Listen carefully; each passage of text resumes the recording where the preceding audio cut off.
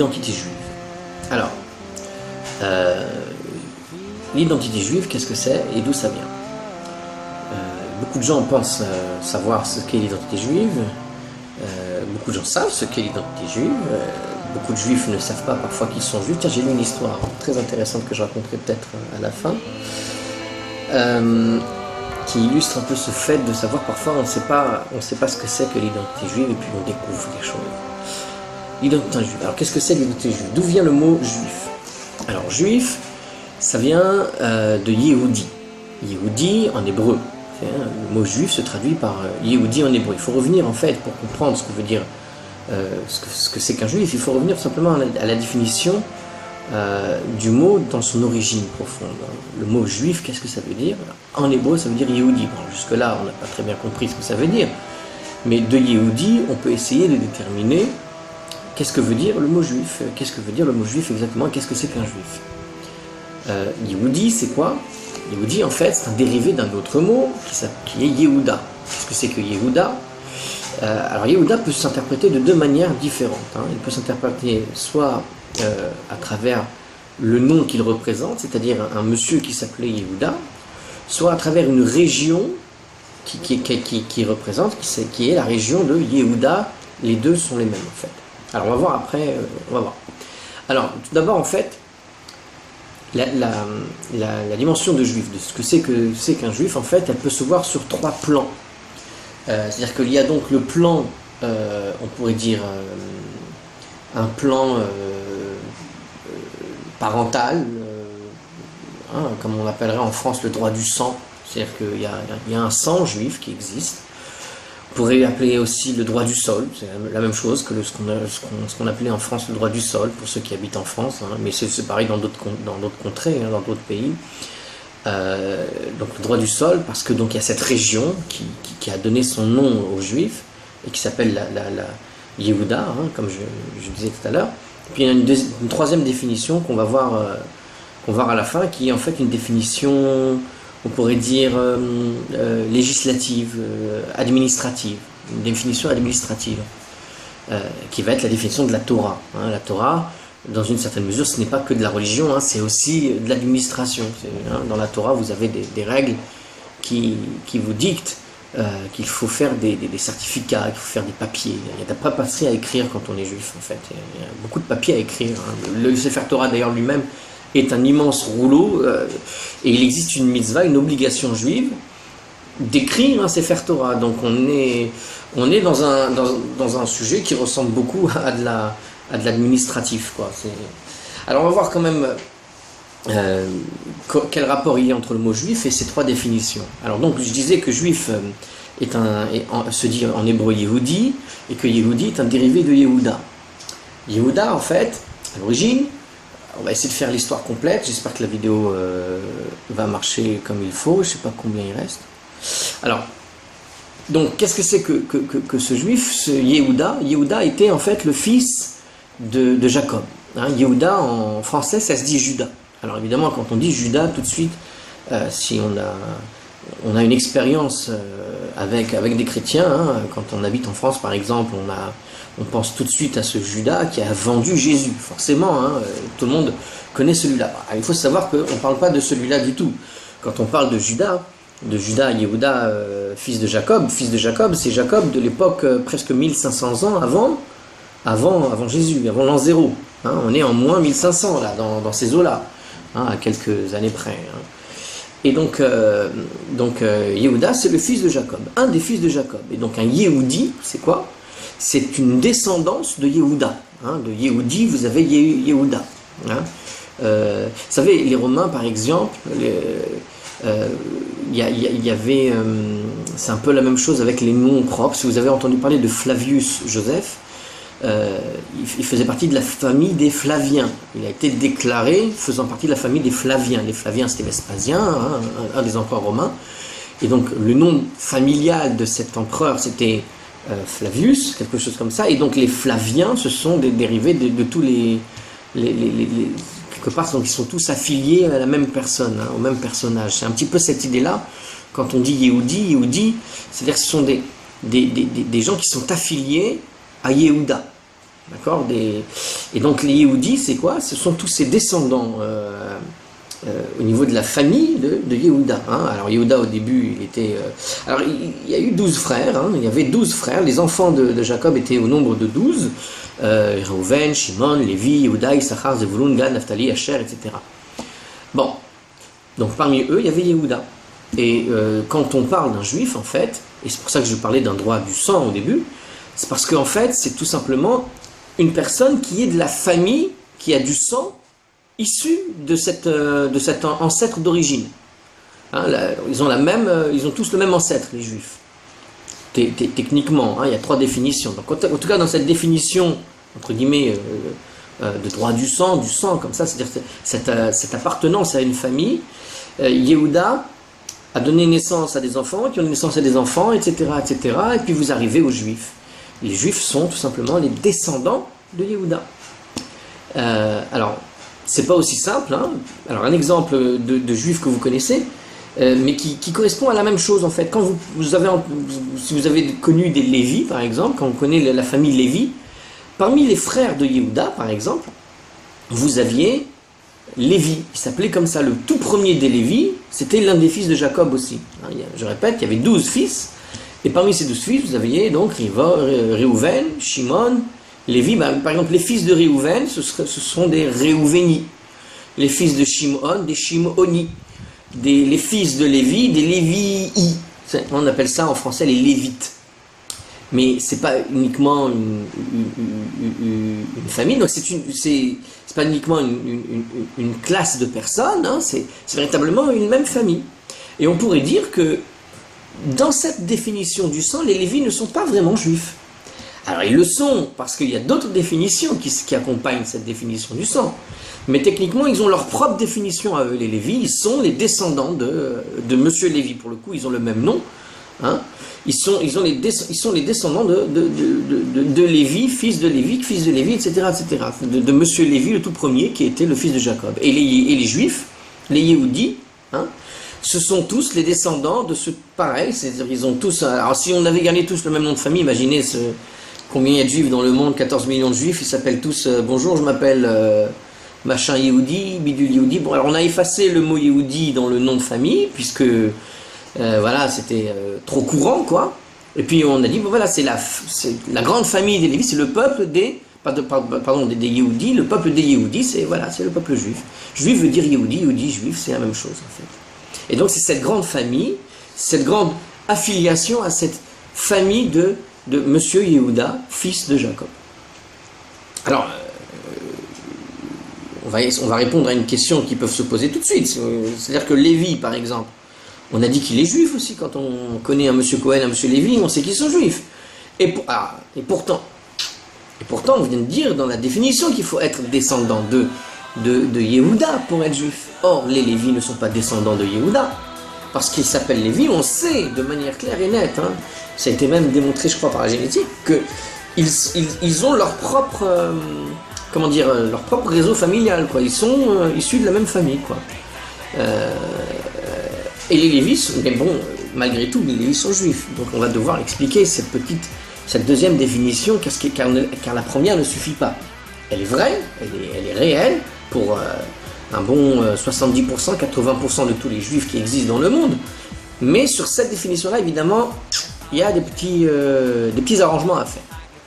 Donc la deuxième définition, justement, c'est quoi? Ça va être le droit du sol. Qu'est-ce que ça veut dire le droit du sol? En fait, c'est comme, par exemple, vous avez en France, quand vous habitez en France, vous êtes un Français.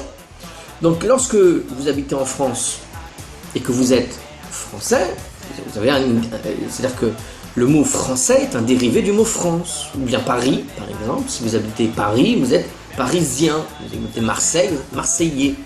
Eh bien, il y a une région dans le monde qui s'appelait le Yehuda, qu'on appelle en français la Judée, et qui se trouve en Israël. En fait, la terre d'Israël, c'est la Judée. Pour des raisons que je vais expliquer tout de suite au niveau de l'histoire. Mais globalement, voilà... Yehuda, c'est la Judée. Et donc, un habitant de Yehuda se dit en hébreu exactement la même chose que ce qu'on a donné pour le droit du sol, pour la définition, pardon, de la définition liée à la famille, c'est la même définition liée à la terre. C'est-à-dire que l'habitant s'appellera le Judéen. Hein, j'habite la Judée, alors je suis Judéen. Même des gens qui ne sont pas du tout juifs d'origine, mais qui ont émigré il y a 2000 ans dans cette région de Judée, ces gens-là ne font pas partie du peuple de Yehuda, ils ne sont pas forcément exactement d'origine judéenne. Par exemple, ces Lévis qu'on a parlé tout à l'heure ne sont pas techniquement, n'obéissent pas à la définition du sang. Même si, bon, il y a eu des mariages, ils ont forcément du sang juif, évidemment. Mais même, ils n'ont pas cette définition d'affiliation familiale. En tout cas, ils sont techniquement dépositaires d'une famille particulière qui est les Lévis et pas Yehuda. Alors que les Juifs, oui, ils sont les dépositaires, ils sont les représentants de cette famille particulière. Et pourtant, on dit bien des Lévis qui sont juifs. Pourquoi? Parce que des Lévis, il y avait des villes de Lévis dans toutes les régions qu'il y avait à l'époque en Israël. Alors, petit aparté pour bien comprendre de quoi il s'agit. Et ça c'est dans la Bible, hein, pour celui qui veut retrouver ça, il voit ça dans le livre de Josué et aussi même dans la fin dans Devarim, dans la Bible, dans le Pentateuque, comme on dit en français. Et on voit quoi? On voit que les 12 familles sont les 12 enfants de Yehuda, de Jacob, pardon. 12 enfants de Yehuda. Ah, ça revient, c'est marrant, c'est... Ah, il y a des jours plus fatigants que d'autres. Alors, je répète, les 12 enfants de Jacob vont donner naissance à 12 grandes familles, et ces 12 grandes familles vont donner naissance à 12 tribus. Alors, il y a des petits détails à régler. En réalité, Joseph, l'un des frères de Jacob, a donné naissance, lui, à 2 tribus supplémentaires, et il s'avère que les Lévis ne sont pas dépositaires d'un territoire. C'est en fait, concrètement, ils se sont retrouvés à un moment donné à 13 tribus au lieu de 12, parce que Jacob a décidé de donner 2 parts à Joseph. Bon, ça c'est dans les détails, peut-être un autre cours sur ça plus tard, mais voilà, globalement, vous avez donc 12 grandes familles, il y en avait 13, une de ces familles ne va pas posséder de territoire. C'est-à-dire que Dieu ne va pas leur donner de territoire en terre d'Israël au moment de la conquête d'Israël. Il y a eu à un moment donné, à la sortie de l'Égypte, hein, on est à 3200 ans, quelque chose comme ça, en arrière, quand il y a eu la sortie d'Égypte, hein, pour ceux qui ont vu le film, mais pas seulement, pour ceux qui ont surtout lu le livre, quand il y a eu la sortie d'Égypte, ils sont tous partis pour aller en direction de la terre de Canaan. La terre de Canaan, c'est le territoire de Palestine, le territoire d'Israël, peu importe comment on l'appelle. À l'époque, on l'appelait Canaan. Et au moment dans cette traversée qu'il va y avoir entre l'Égypte jusqu'à l'arrivée de Canaan, ils vont préparer en fait une guerre de conquête. Cette conquête, ils vont conquérir en fait l'espace de Canaan. L'espace de Canaan, c'est tout un territoire qui est délimité dans la Bible, qui n'est pas très grand au regard de toute la région, hein. C'était beaucoup plus petit que l'Égypte par exemple, et ça correspond à peu près au territoire d'Israël d'aujourd'hui, avec la Cisjordanie et avec le Golan, et peut-être un peu plus, mais ça bon c'est des détails qui sont importants, mais qui ne rentrent pas dans la définition pour comprendre ce que veut dire le mot juif, hein.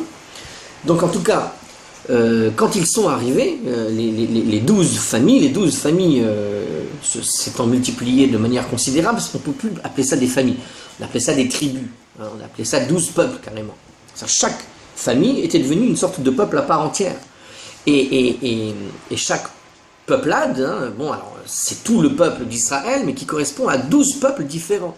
Alors ça c'est intéressant de noter que voilà, le peuple juif n'est qu'un 12e de l'ensemble du peuple, voire un 13e, puisque en fait les Lévis n'ont pas été comptabilisés pour obtenir un territoire. C'est là où je voulais en venir. Effectivement, lorsqu'ils sont arrivés dans le désert et qu'ils étaient à l'entrée de Canaan, ils vont se partager le territoire. Et Dieu, on parle de Dieu, mais on va parler plutôt de ce que dit la Torah, la Bible. Hein, dans la Torah, voilà, la famille, la tribu des Lévis n'aura pas de territoire, et la tribu de Joseph aura 2 parts. C'est pour ça que Joseph se compte en 2 tribus en fait, parce qu'elle va être partagée en double parts. Elle va avoir 2 parts. Alors que Lévi n'a pas de part dans le territoire. Alors, elle a une part, mais ce sont des villes éparpillées un peu partout. Et ce n'est pas un territoire fixe comme ont reçu toutes les autres tribus. Et donc, vous aviez cette terre de Canaan qui, quand elle va être partagée en 12 morceaux, chaque tribu va donc... alors, tout le peuple va participer à la conquête d'Israël. Et puis, au fur et à mesure qu'ils avancent, ils vont se distribuer tous ces morceaux de territoire. Et l'un des morceaux de ce territoire va s'appeler Yehuda, du nom de la tribu qui doit s'installer là-bas. Mais vous aviez 12 morceaux. Vous aviez le territoire de Réhouven. L'un des fils de Jacob a eu le territoire de Réhouven, ce qui va s'appeler plus tard le territoire de Réhouven, en fait. Voilà, parce que la tribu des Réhouven s'installe dans ce territoire, donc ce territoire s'appellera du nom de la tribu qui s'y est installée. Et puis c'est pareil pour Shimon. Et puis, alors c'est pas pareil, Lévi, lui, il n'a pas reçu de territoire, il a reçu un autre cadeau qui correspondait au transport et aux occupations religieuses, en fait. Donc c'était une autre part, une part plus spirituelle que matérielle. Mais au niveau matériel, au niveau du territoire, ce que va recevoir les 12 tribus, ce que vont recevoir les 12 tribus, vont recevoir 12 morceaux qui vont être donc répartis dans tout le territoire de Canaan, dont les frontières sont dans la Bible, il suffit d'aller voir. Et chacun des morceaux, à chacun des morceaux va s'installer une tribu, et puisqu'elle va rester longtemps là-bas, le morceau que va recevoir la tribu va s'appeler du nom de la tribu. C'est pour ça que vous aviez la tribu d'Yehuda, la tribu de Lévi, vous aviez le territoire de Yehuda, territoire de Judée, elle vient de là le mot Judée. Territoire de Shimon, de Issachar, de Zevulun, Naphtali, Gad, Asher, Dan, etc. Vous en avez 12 comme ça, Ephraim et Ménaché. Alors, vous avez donc ces 12 territoires. Maintenant, on parle comme d'une histoire qui s'est déroulée il y a 1500 ans, hein, dans ces eaux-là. On est toujours dans ces eaux-là. Hein, encore une fois, je donne des chiffres un peu grosso modo. Mais vous pensez bien qu'en 1500 ans, il y en a eu des histoires, et des guerres, et des conquêtes, et des problèmes. Alors, ce qui s'est passé, justement, c'est que dans le cadre de tous ces problèmes, en moins 722, d'après... après, chacun consultera les généalogies ici ou là, ça change à quelques années près, ça dépend des chronologies. Mais dans la chronologie que moi j'ai étudiée, en tout cas, en moins 722, Salmanasar, le roi d'Assyrie, va conquérir en fait tout le nord d'Israël.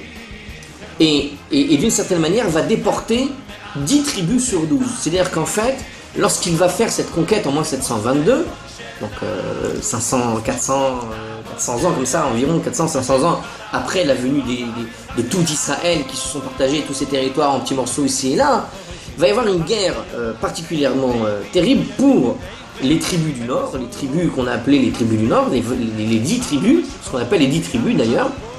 Il existe tout un tas de théories sur ce qu'elles sont devenues, mais au-delà de ces 10 tribus, voilà, vous avez donc ces 10 tribus du Nord qui vont être expulsées, chassées, et on ne sait pas trop ce qu'ils sont devenus. On ne sait pas trop, on commence à se douter.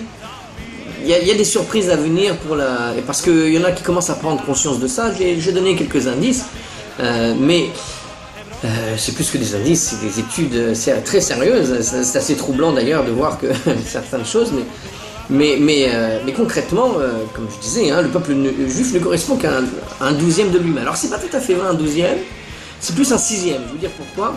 Parce que à un moment donné dans l'histoire juive, il s'est passé une chose, on va faire un petit cours juste rapidement d'histoire comme ça, il s'est passé une chose à l'époque du roi Salomon. Après la mort du roi Salomon, l'ensemble du territoire d'Israël va être coupé en deux grands morceaux.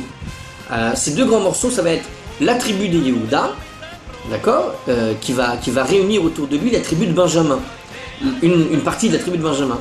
Et vous aviez les tribus du Nord.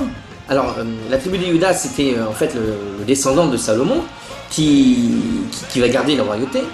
Mais vous avez eu une opposition très forte de certains généraux, de certains dirigeants parmi les tribus du Nord qui n'ont pas été d'accord avec le fils de Salomon à cause des impôts, à cause de l'argent qu'il prenait, à cause d'un tas de problèmes.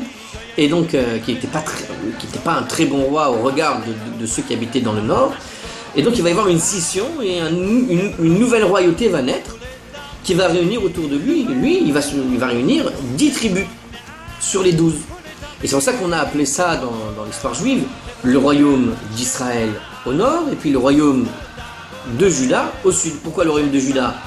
Parce qu'il n'y a que 2 tribus et la majorité de ces deux tribus, c'est la tribu des Yehuda. Donc Yehuda reste un petit peu en solo, avec une partie des Benjaminites qui ont gardé contact avec eux, et ils sont restés ensemble, unis.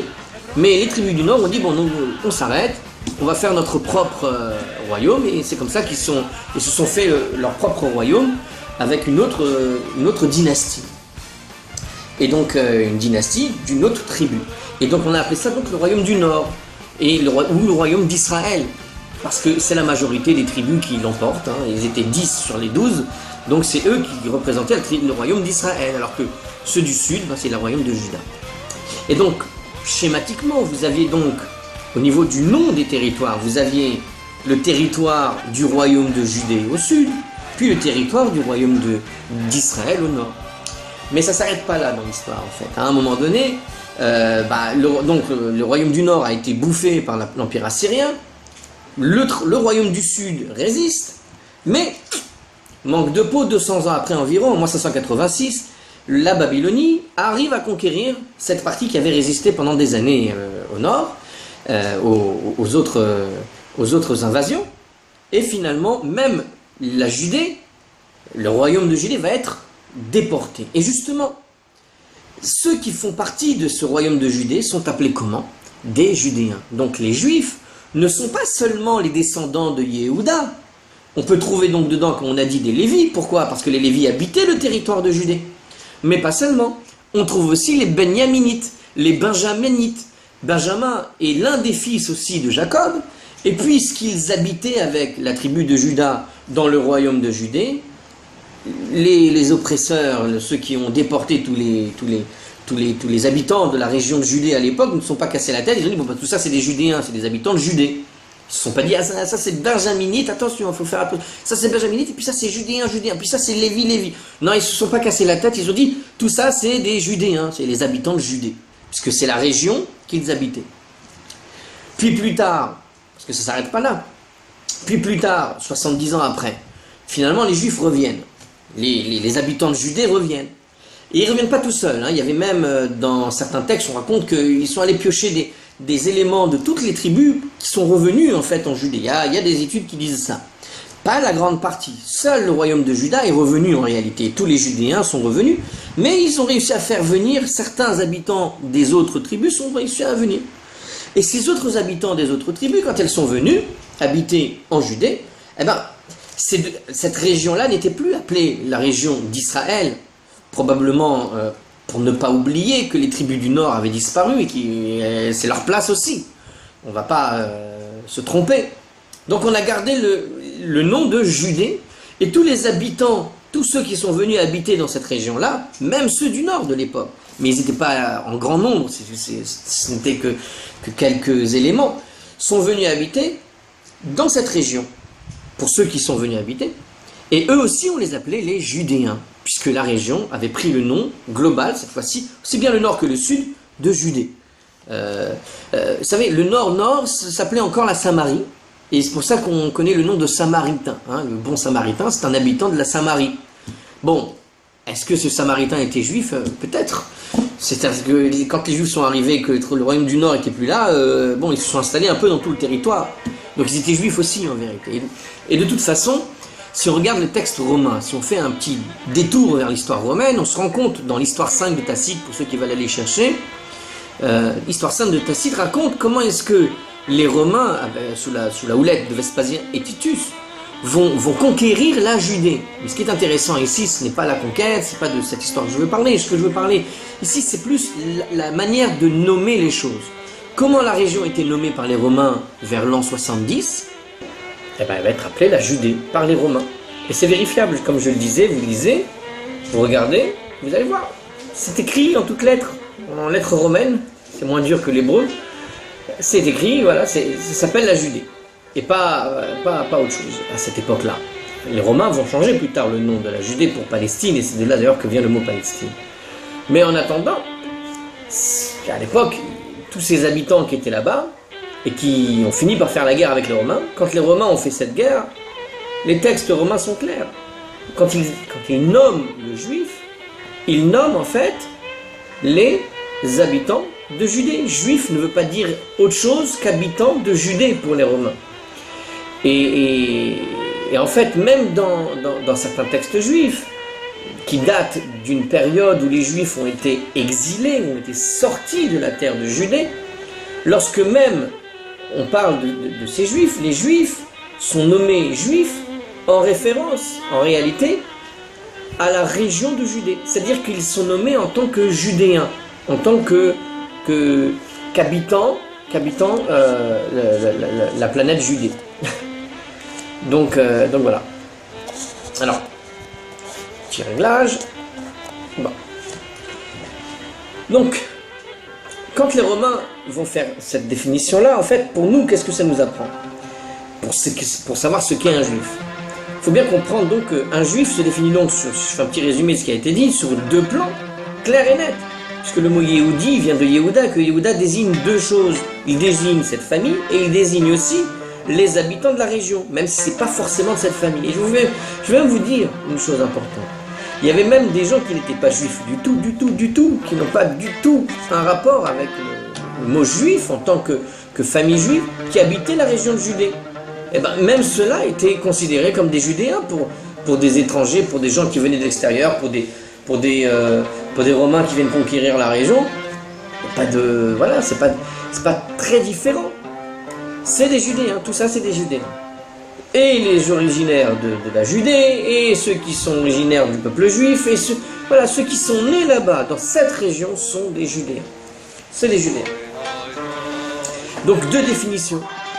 Un juif ne peut pas se comprendre, ne peut pas comprendre ce qu'est un juif si on n'a pas en tête ces deux choses. Si on n'a pas en tête que quand on est juif, on est à la fois le dépositaire, l'héritier d'une famille particulière, ou du moins l'élément de cette famille, et si on est aussi le descendant d'un de ses habitants qui habitait cette région, qui s'appelait la Judée. Donc on a ces deux définitions. Mais comme je viens de le dire, il y a une chose intéressante que je viens de soulever, c'est qu'on vient de dire qu'une personne qui n'est pas juive, qui vient habiter cette région de Judée, voilà, une personne n'est pas juive, elle veut habiter la région de Judée, comme ce fut le cas par exemple de Ruth. Ruth est décrit dans la Bible, pour ceux qui connaissent un peu l'histoire de Ruth, Ruth, la Moabite, Moabia en hébreu. Ça veut dire que c'est une habitante de la région de Moab. Moab, c'est un autre peuple, une autre peuplade.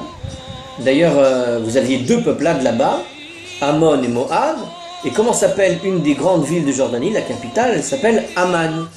Amman, Ammon, je pense qu'il y a un rapport assez évident entre ces deux éléments. Il y a de fortes probabilités que les habitants d'Amman soient, en tout cas la ville d'Amman est appelée sur le nom de ce que portait la région avant, c'est-à-dire la région d'Ammon, parce que c'est exactement là-bas que ça se déroulait. Et Moab, c'était les deux, Ammon et Moab, étaient en fait quasiment l'une en face de l'autre, enfin, et elles étaient du côté, voilà, de l'autre côté du Jourdain, au niveau géographique, par rapport à Canaan. Et donc, cette femme, qui s'appelait Ruth, a voulu venir en Israël et habiter là-bas, à l'époque. Alors cette histoire, elle date d'avant la naissance du roi David, hein, c'est-à-dire on est vers l'an moins 1000 environ, comme ça, quelque chose comme ça. Et donc elle n'est pas juive, elle n'est pas juive du tout. Mais elle a décidé d'aller habiter dans cette région. Et on va raconter bien sûr qu'elle s'est convertie. Alors c'est intéressant, parce que justement, le mot converti en hébreu, qu'est-ce qu'il veut dire? Converti en hébreu, vous savez comment on dit converti? On dit guerre. Mais quand on parle de guerre dans la Torah, alors je ne parle pas de la guerre en français, hein, je parle du terme hébraïque guerre. Guerre, du verbe habiter, la gour, je ne sais pas si c'est la même racine, mais a priori, ce guerre, comme il dit en hébreu, veut dire l'étranger. Donc Ruth est une étrangère. Et il faut savoir que quand on parle de converti, le fait de nommer un converti se dit l'étranger. Un guerre, c'est un étranger. Alors en France, quand on est étranger, c'est très péjoratif. Mais c'est un petit peu le même système. C'est-à-dire que quand vous avez un homme qui vient du Sénégal et qui décide d'habiter en France, qu'il est accepté avec tous les papiers, la paperasserie, machin, tout ça, et finalement il devient français. Il est français à part entière, il bénéficie des droits quand il est naturalisé, et pour peu qu'il soit là depuis 2-3 générations, c'est bon, normalement c'est plié. Bon, il a un problème en France parce que quand il a une certaine couleur, il va pas être totalement reconnu comme français tout de suite. C'est le grand problème de la France pour reconnaître les étrangers. À l'époque en Judée, c'est un petit peu la même chose. Lorsqu'une personne de l'extérieur vient de l'extérieur et qu'elle décide de se convertir, une conversion se dit en hébreu un guerre. Il est étranger. Un converti, c'est un étranger.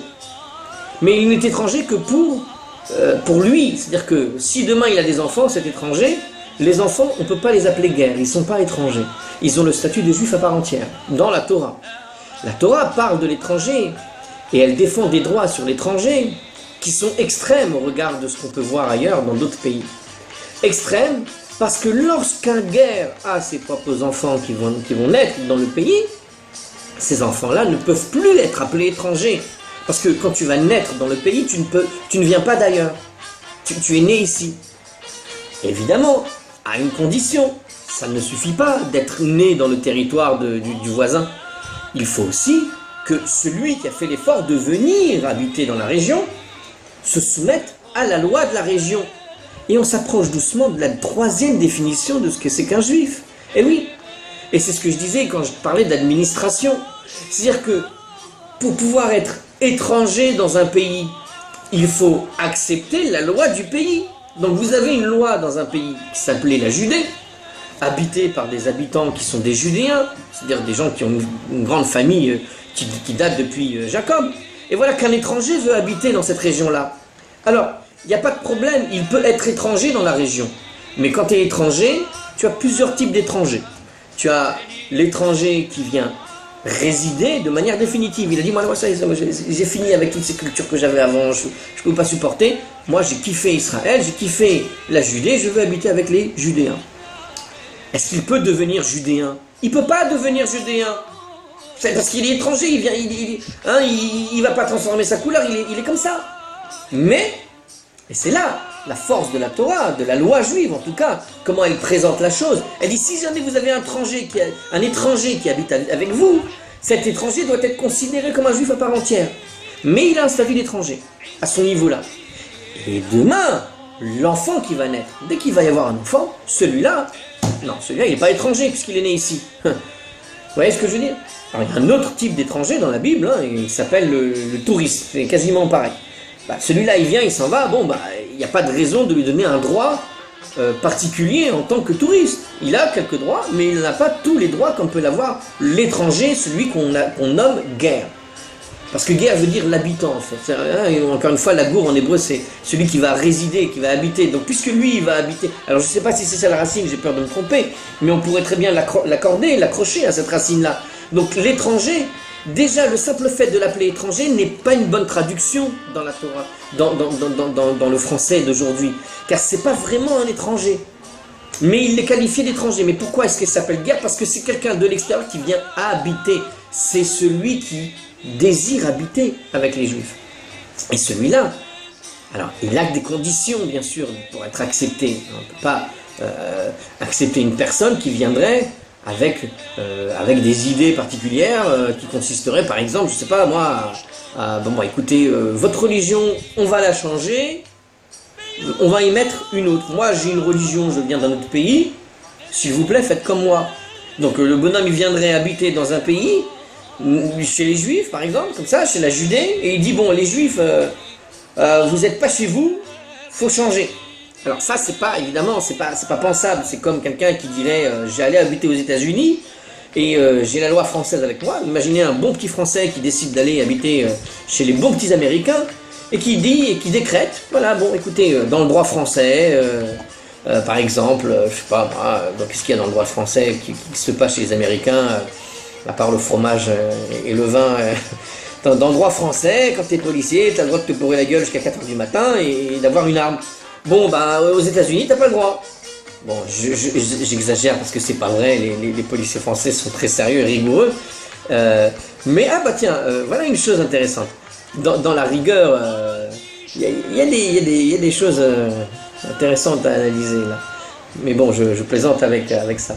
Mais concrètement, c'est ça. C'est-à-dire que tu peux pas demander aux Américains, si t'es touriste, d'appliquer la loi française.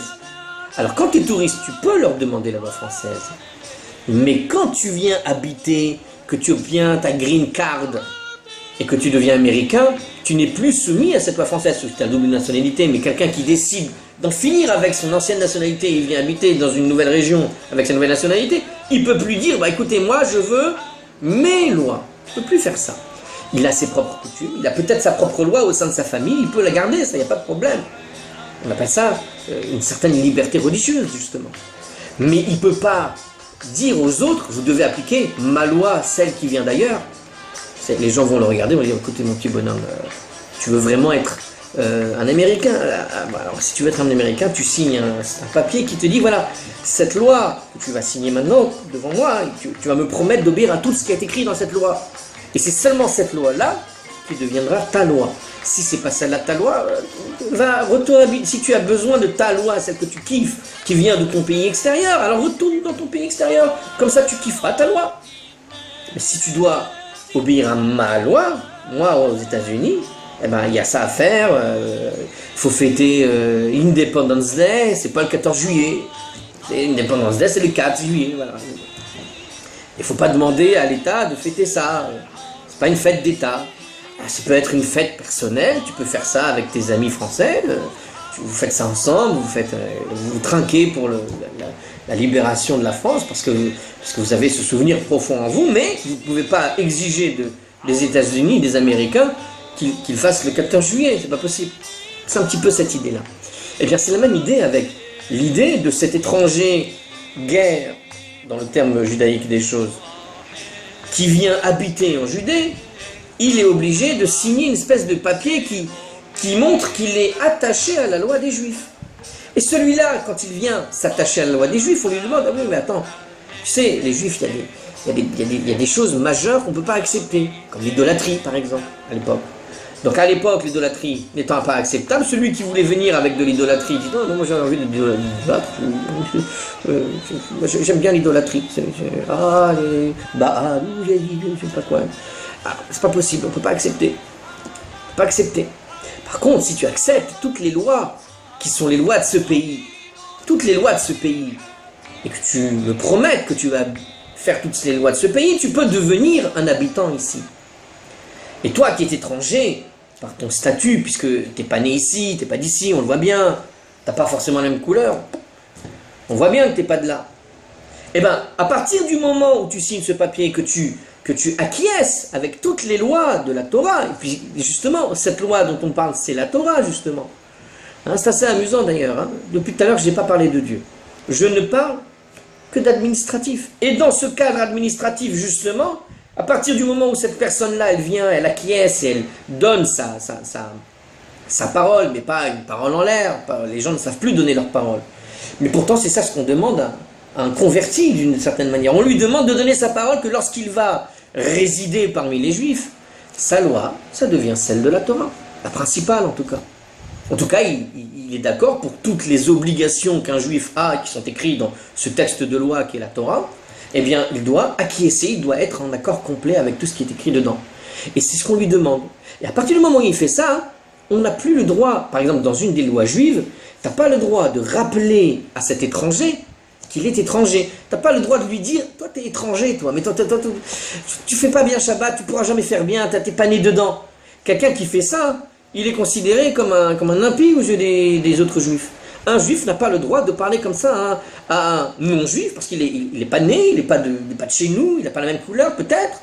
Oui, mais à partir du moment où il a acquiescé toute la Torah, celui-là, tu dois l'accueillir avec la plus complète, avec la plus parfaite je sais pas comment on dit, des accueillements, ça se dit pas, avec, je sais pas, avec les bras ouverts, sans avoir plus jamais le droit de les refermer. Et ça c'est très important de comprendre ça, pour comprendre que le statut de l'étranger, c'est pour ça que je disais que le statut d'étranger est particulièrement, comment dirais-je, évolué chez les Juifs. À savoir que l'étranger devient juif à part entière. Il n'y a pas de demi-mesure, il n'est plus, il ne peut pas être autre chose. Et c'est pour ça qu'il y a autant de, comment dire, vous savez, il y a des disputes, même actuellement, sur les conversions, parce que vous avez les convertis très orthodoxes, les convertis pas assez orthodoxes, de mouvements libéraux. Et ce qui gêne chez les orthodoxes, avec le mouvement libéral, c'est que voilà, tu leur demandes d'acquiescer une Torah, mais même le mouvement libéral lui-même, il veut se libérer de la Torah. Alors il veut se libérer de la Torah, et il dit à un monsieur qui n'est pas juif, tu dois acquiescer à toute la Torah. Post-scriptum, moi aussi, t'inquiète pas, il y a des lois que j'écarte. Alors c'est pour ça que les orthodoxes ne peuvent pas supporter une conversion, et ils n'acceptent pas, ne tolèrent pas une conversion qui vient d'un autre mouvement que celui d'une forme d'orthodoxie. Il y en a beaucoup des orthodoxes, beaucoup de sortes. Mais quand on est dans un mouvement qui est plutôt libéral, qui va détacher, enlever, qui s'attache à une forme de modernité, entre guillemets, alors c'est amusant, hein. Bon, c'est un autre sujet, je me fais un plaisir d'en parler, mais concrètement, si on veut comprendre le statut de l'étranger, voilà, on comprend que en tout cas, et même le juif, ça, je reviens sur mon sujet de ce que c'est qu'un juif, donc, qu'est-ce qui définit un juif? C'est cette troisième définition, je viens de la donner. C'est la définition de la Torah elle-même. C'est-à-dire, on a des statuts, on a des papiers, on a une paperasserie qui va nous dire, voilà, j'ai ma carte, j'ai envie de dire, vous savez, aux États-Unis, vous avez la green card, en Israël, vous avez la blue card, c'est la carte bleue, puisque le drapeau Israël, c'est le bleu. La culture juive, elle adore le bleu. La carte bleue, c'était pas prévu, en vérité. Mais bon. Et donc, là, c'est... Bon, évidemment, c'est une boutade, ce serait très bien que ce soit gratuit, mais aucune administration, dans aucune administration vous trouverez, pour ceux qui se convertissent, je sais qu'il y a des gens qui se convertissent, ils sont obligés de payer certaines sommes, mais vous savez, c'est le prix d'un paiement de ce que vous aurez dans n'importe quelle administration sérieuse. Et comme il y a une forme très administrative du judaïsme, très réglementée dans le judaïsme, c'est pas uniquement mon cœur est avec Dieu, alléluia, ça suffit pas. Non, il y a une partie très technique, et cette partie technique, ça demande du travail, des heures, des machins, etc. Donc c'est tout ce qu'il y a à faire, c'est de la papasserie, et ça coûte des sous. Et c'est ça qui justifie souvent le prix. Si le prix est trop fort, c'est souvent, si des gens pensent que c'est trop cher, c'est intéressant parce que c'est exactement ce que peuvent penser n'importe quelle personne qui aura fait refaire son passeport un jour. Et alors là, le pauvre, celui qui a fait refaire et le passeport et la carte d'identité en France une fois, il comprend ce que ça veut dire, ce que je suis en train de dire. Oui, c'est cher, c'est toujours trop cher, il n'y a jamais de choses gratuites. Alors, dans notre définition, on a donc défini ce troisième volet, c'est-à-dire la loi. Et même ce juif qui est né là-bas, qui a la famille là-bas, qu'est-ce qui le définit juif? Eh bien, si tu regardes les critères de cette loi, elle te dit, attends, il peut y avoir plusieurs cas de figure. Un des cas de figure, c'est la mère, elle donne naissance à un enfant, mais le père, il n'est pas juif, il n'est pas d'origine juive, il n'est pas juif, il a dit, lui, celui-là, la Torah, je l'emmerde. Bon, alors, celui-là, eh bien, il est juif quand même, parce que sa mère, elle est juive. C'est dans les statuts, c'est le texte, voilà, tu fais partie de ce pays, tu as été enregistré dans les registres, puisque tu es enregistré dans les registres, donc tu peux être considéré sans aucun doute que tu es juif, même si tu es un impie, que tu bouffes du porc. Par contre, à l'envers, non. C'est-à-dire que si la personne, elle n'est pas... voilà, c'est dans les statuts du texte, hein, dans les textes, c'est un texte de loi, de droit, mais droit juif, on parle de droit juif, pas de droit commun. Dans ce texte de droit, si on met dans ce texte, voilà, alors la mère, elle n'est pas juive, mais le père, il est juif, même si c'est le plus ultra-orthodoxe religieux qui existe sur cette terre, il ne peut pas, c'est pas possible. Sauf si la demoiselle, la dame avec qui il s'est marié, a décidé d'acquiescer à toutes les lois. Devant un tribunal, devant témoin, et tout ce qu'on exige d'un acte, administratif, c'est-à-dire des témoignages qui concordent, qui acquiescent de ci, de ça. Donc c'est comme ça que ça fonctionne. Et c'est ça ce qui détermine un juif. 3 définitions. Une définition du sang, comme je l'ai dit tout à l'heure, parce que pour le coup, dès que la mère est juive, bon, on peut être à peu près garanti sûr, pas toujours à l'envers, hein, on est toujours garanti que le fils de sa mère, on sait souvent que quand une maman a des enfants, elle est bien la maman, il n'y a pas de doute. Le père, pas tout le temps. Hein, il paraît qu'il y a en France, j'avais lu une statistique comme quoi, 1 personne sur 10 serait des adultérins. C'est une catastrophe. Comment est-ce que c'est possible? 1 personne sur 10 est soupçonnée d'être en fait l'enfant du voisin ou d'autre chose. C'est assez aberrant. Bref, en tout cas, une chose est sûre, dans les statistiques juives, 100% des enfants de leur mère ont leur mère qui est reliée. Il n'y a pas de doute là-dessus. Le père, on ne sait pas. C'est peut-être pour ça que l'origine de la loi qui détermine que c'est la mère qui doit être absolument 200% elle qui détermine qui est juif ou pas juif, ça vient peut-être de là, j'en sais rien. Hein, si je propose une idée, la vérité, c'est même pas sûr que ce soit ça la raison. C'est une raison peut-être plus religieuse, tout simplement. Mais techniquement, ça pourrait être tout à fait logique. Deuxième volet, on a dit, dans cette identité juive, on a donc cette deuxième identité, c'est-à-dire de la terre. J'habite dans une région, même si je ne suis pas juif, mais que j'habite là-bas, depuis 2 siècles, on peut me considérer comme juif. À condition, bien sûr, que dans ce pays, si je venais de l'extérieur, j'obéisse aux lois du pays. Ça, évidemment, si la loi du pays, elle change, hein, imaginez ce qui s'était passé justement avec les Juifs. Pendant 2000 ans, les Juifs ont été chassés de la Judée, et donc les Juifs ont gardé la loi avec eux. C'est-à-dire que même s'ils habitaient ailleurs, ils ont maintenu cette loi et ces textes et ces registres avec eux. Et donc, d'une certaine manière, on a gardé l'identité juive par les textes. Bien sûr, il y avait encore l'autre identité qui déterminait la relation avec le sang, c'est-à-dire le sang juif. Demandez à Hitler, hein, tout celui qui avait le nez crochu, mais ils n'étaient pas tous juifs, mais ils étaient tous condamnés au four. J'en sais rien. Chas v'shalom. Pour eux, malheureusement pour nous. Mais celui-là qui va être dans le registre et qui va avoir ce sang juif, quoi qu'il arrive, il est considéré comme juif.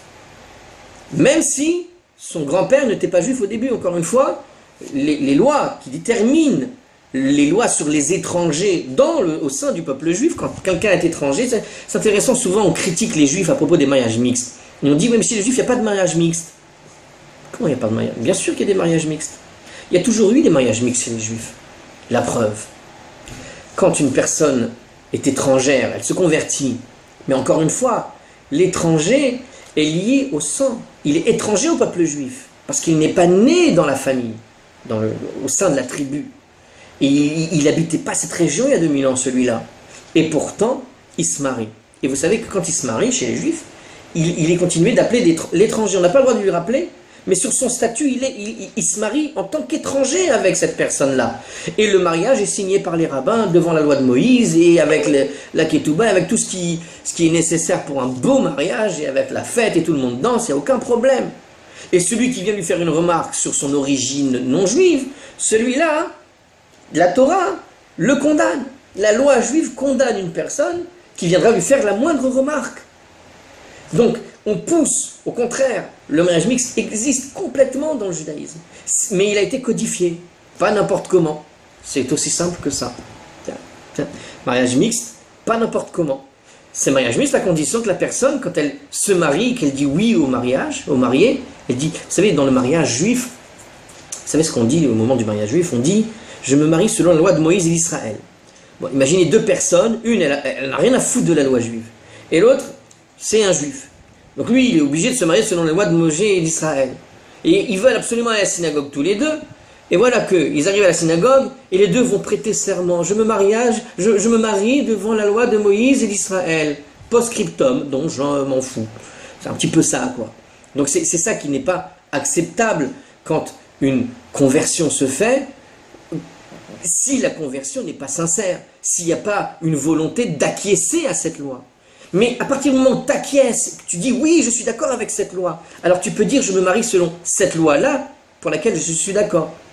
Mais si tu ne te maries pas selon cette loi-là, contente-toi de la mairie, c'est une autre loi, et tu te maries selon la loi de la mairie, puisque c'est ce qui te convient. Mais pas la loi de Moïse. Encore une fois, il y a le post-scriptum dont je m'en fous. Pour celui qui n'est pas juif et qui ne désire pas plus que ça s'intéresser à la loi des juifs. Et pour s'intéresser à cette loi des juifs, donc tout est codifié, et c'est de ça qu'il s'agit. Et donc ces 3 définitions définissent ce qu'est un juif. Et donc j'espère, je ne sais pas si c'est une conclusion, mais j'espère que ça a permis à ceux qui ne savaient pas ce que c'était qu'un juif, d'en avoir une bonne idée. Avec ça, normalement vous avez comblé, ce qui manquait dans la connaissance de ce que peut être un juif. Voilà. Allez, à la prochaine.